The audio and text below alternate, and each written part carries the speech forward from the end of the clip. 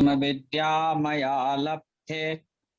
ब्राह्मणेन सनातनी ब्रह्मत्वा मे सदा नित्यं सच्चिदानन्दरूपतः सच्चिदानन्दरूपतः। समुपस्थित आज के सभा के संचालन कर रहे हमारे पीताम्बर मिश्र जी, सुधांशु जी और समस्त गण्यमान्य भारत के हमारे सभी अतिथिगण, और यह जो भारतीय जो परंपरा, भारतीय जो संस्कृति, भारतीय जो चिंतन धारा की जो अद्भुत एक चिंतन धारा को खोज करने में जो हमारी जो परंपरा रही, क्योंकि हम जिस महापुरुष और जिस संतों के बारे में, जिस मर्यादा पुरुषोत्तम भगवान श्री राम के बारे में एक राम शब्द का एक संक्षिप्त जो चिंतन था, क्योंकि हमारे यहाँ संस्कृत जगत में, व्याकरण जगत में, रामायण जगत में या हमारी दर्शन धाराओं में भगवान मर्यादा पुरुषोत्तम भगवान श्री राम का जो स्थान है, क्योंकि हमारे आचार्यों ने, हमारे महापुरुषों ने एक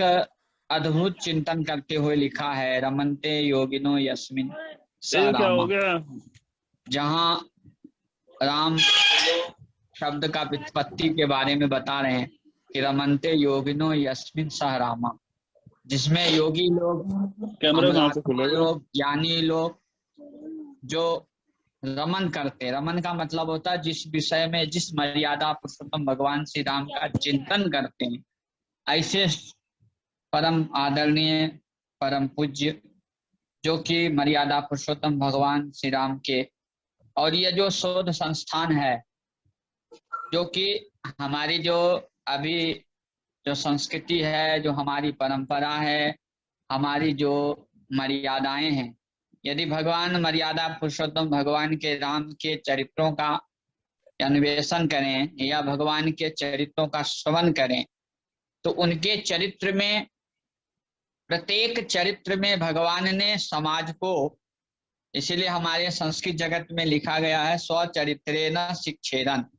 अपने चरित्र के द्वारा हमारे महापुरुष या भगवान मर्यादा पुरुषोत्तम भगवान श्री राम ने समाज को शिक्षा दिया है, स्वचरित्र के द्वारा बताया है। और जो यह अन्वेषण हो रहा है, जो कि वर्तमान परिस्थिति के जो हमारे ये जो शोध संस्थान माननीय प्रधानमंत्री जी या माननीय जो गणमान्य महापुरुषों के सहयोग से या जो भी चिंतन धारा को प्रखर बनाने वाले हमारे जो शोध संस्थान है, मन से मंदिर तक, मन से मंदिर तक का मतलब है कि मेरी चिंतन धारा कैसा है, हमारी परंपराओं के प्रति, हमारे संस्कृतियों के प्रति, हमारे महापुरुषों के प्रति, हमारे यहाँ मंदिरों की क्यों आवश्यकता हुई और मंदिर के लिए क्या कारण था, और इतने साल पर्यंत संघर्ष करने के बाद जिस मंदिर का हम लोग निर्माण करने की जो क्रियारत है, आने वाले समय में 1, 2, 3 साल के बाद भव्य और दिव्य मर्यादा पुरुषोत्तम भगवान श्री राम के मंदिर का निर्माण होगा। और भारतीय संस्कृति ही नहीं, पूरे जगत इस भगवान मर्यादा पुरुषोत्तम भगवान राम के मंदिर के बारे में दिग्दर्शिका के रूप में देखने की इच्छा के लिए जो भगवान का मंदिर बनेगा, मंदिर बनने के बाद भगवान का जो पूजन होगा, अर्चन होगा, भगवान के मंदिर बनाने में जिन महापुरुषों ने अपने जीवन को बलिदान दिया है, अपने ज्ञान के द्वारा, अपने तपस्या के द्वारा, अपने जो भी समर्थ था उस समर्थ के द्वारा उस मंदिर को बनाने के लिए जिन महापुरुषों ने संघर्ष करते हुए अपने जीवन को समर्पित कर दिया, आज उसी चीज को हम लोग खोज करते हुए ये जो शोध संस्थान है, इस शोध संस्थान का मुख्य उद्देश्य क्या है कि आने वाली जो पूर्ववर्ती, जो हमारे आने वाले जो संतति हैं, जो हमारे सनातन वैदिक परंपरा से जुड़े हुए जो लोग हैं, जो अन्वेषण करने वाले, जो हमारे जो अनुयायी होंगे, उनके बारे में इस भगवान श्री राम के दिव्य और भव्य मंदिर से जुड़े हुए जो भी घटनाक्रम है, उन घटनाक्रम में के साथ साथ जो हमारे रामायण में भगवान मर्यादा पुरुषोत्तम भगवान श्री राम के इक्ष्वाकु वंश का वर्णन, भगवान ने अपने 14 वर्ष के तपस्या जीवन काल में भगवान कहाँ कहाँ गए, किन किन किन को ज्ञान के उपदेश किए, अपने त्याग के द्वारा, ज्ञान के द्वारा, तपस्या के द्वारा उन्होंने क्या क्या समाज को शिक्षा दिया, और साथ में अपने बाल काल में उन्होंने अपने चरित्र के द्वारा समाज को क्या शिक्षा दिया, जो कि वर्तमान स्थिति में जो हमारे समाज हैं उनको आज ये आवश्यकता है कि मर्यादा पुरुषोत्तम भगवान श्री राम का चरित्र का अनुसरण करना। क्योंकि देखिए, चरित्रवान पुरुष जो होता है, जो कि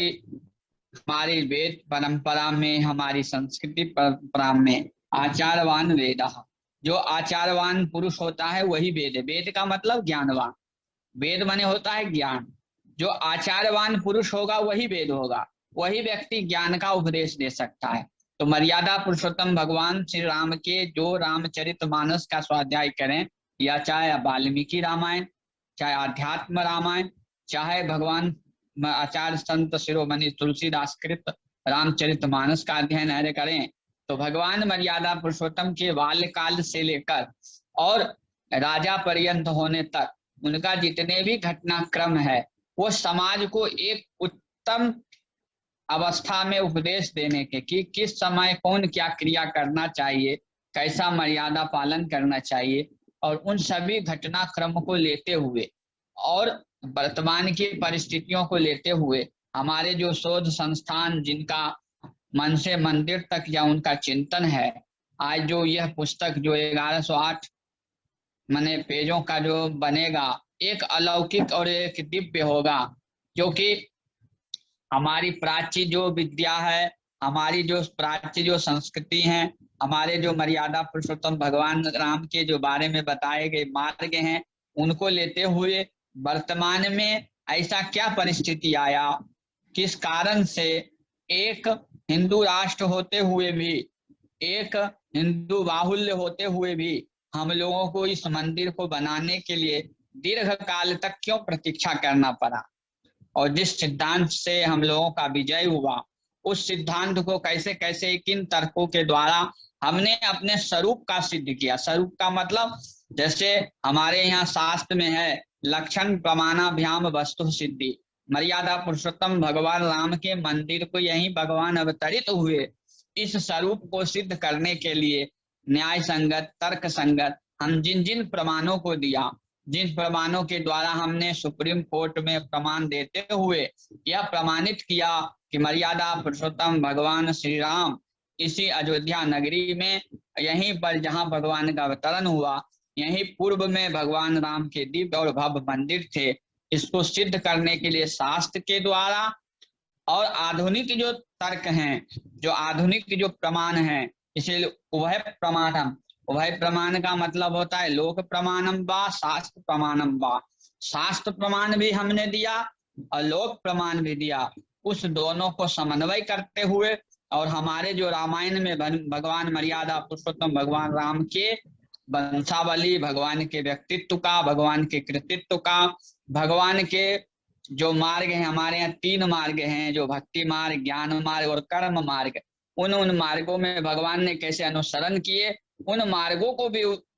इस पुस्तक में वर्णन किया गया है। और घटनाक्रम में किस कारण हम लोग एक भव्य और दिव्य मंदिर को बनाने के पूर्व कितने संघर्ष किए, उन संघर्षों को भी वर्णन करते हुए वर्तमान परिस्थिति में हम लोगों ने उस स्वरूप को सिद्ध किया, न्याय संगत, तर्क संगत और सिद्धांत संगत, इसका भी वर्णन करते हुए आने वाला जो हमारे समाज होंगे उनको यह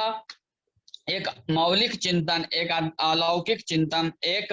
भौतिक चिंतन हम लोग पेश करेंगे, जो कि आने वाले सभी लोग को ये लगेगा कि हमारी जो संस्कृति है एक अद्भुत संस्कृति है, एक प्रवाहमान संस्कृति है, और उस प्रवाह को चिंतन करने में कितने कठिनाई आए और उसका अनुसरण करेंगे तो हमारे जीवन में इतना कठिनाई नहीं आएंगे, क्योंकि ज्ञान के रीते ज्ञानन न मुक्ति, बिना ज्ञान का मुक्ति नहीं। इसलिए हमारे महापुरुषों ने, इसीलिए भगवान राम के जो नाम है रमनते योगिनो यस्मिन स रामा, जिसमें योगी लोग रमन करते हैं वही राम है। योगी का मतलब सिर्फ संन्यास परंपरा से दीक्षित नहीं, जो वेदित परंपरा को अनुसरण करने वाले जो भी भक्त हैं, जो भी संत हैं, जो भी गृहस्थ हैं, जो अनुयायी हैं, जो मर्यादा पुरुषोत्तम भगवान राम के चरित्र का अनुसरण करेंगे वही योगी हैं। युधिर योगी वही, जिनके उनके साथ जो संबंध रखते हैं वही योगी। और हम जो हमारे सुधांशु जी या हमारे पीताम्बर जी या शोध संस्थान के जितने भी चिंतक धारक हैं, जितने भी संपादक हैं, इन्होंने जो खोज किया है मन से मंदिर तक,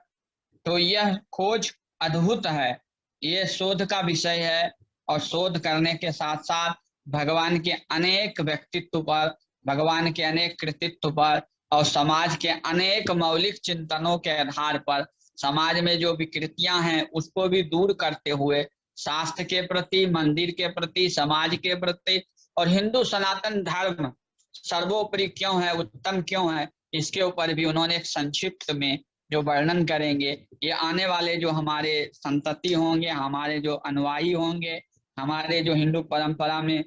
अवतरित जो भी महापुरुष होंगे, वह सब भी इसका अनुसरण करके समाज को एक उत्तम और अति उत्तम मार्ग का उपदेश देंगे। बस इतना ही कहते हुए मैं अपनी वाणी को विराम देता हूँ। हरिओम तत्सत। हरिओम तत्सत।